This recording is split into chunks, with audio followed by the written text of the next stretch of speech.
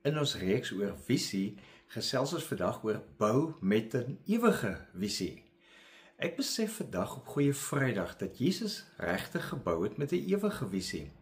'n Visie het te maak met wat kan wees omdat dit moet wees.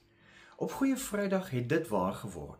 Wat ons vandag herdenk is die diepste daad van lyding, maar juis ook van liefde en oorwinning.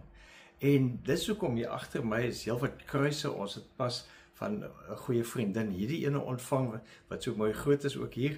En dit herinner ons juis aan Goeie Vrydag voortdurend elke dag, want dit is in ons huis. Maar op Goeie Vrydag het alles waar geword van 'n ewige bouwerk, 'n ewige visie.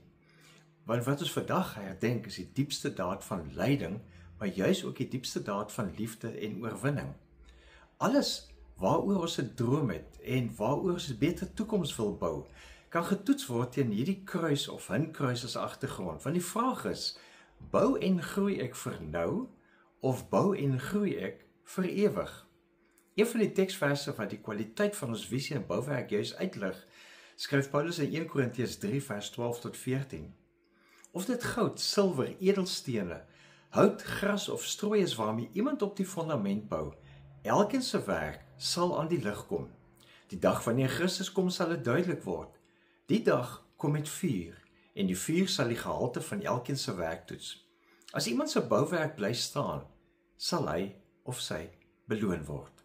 Nou Jesus se eie werk is getoets aan lyding, en 'n mens kan eintlik dit as 'n tipe vuur beskou, want daarmee het die verlossing vir die hele wêreld gekom.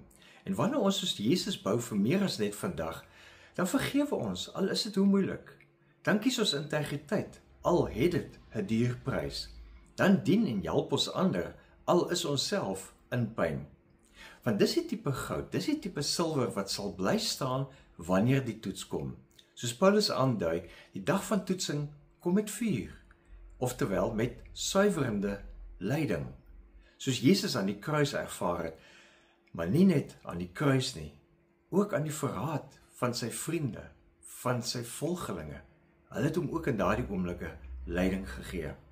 Viktor Frankl, die bekende oorlewende van die Holocaust en psigiater, het geskryf, "Those who have a why to live for can bear almost any how."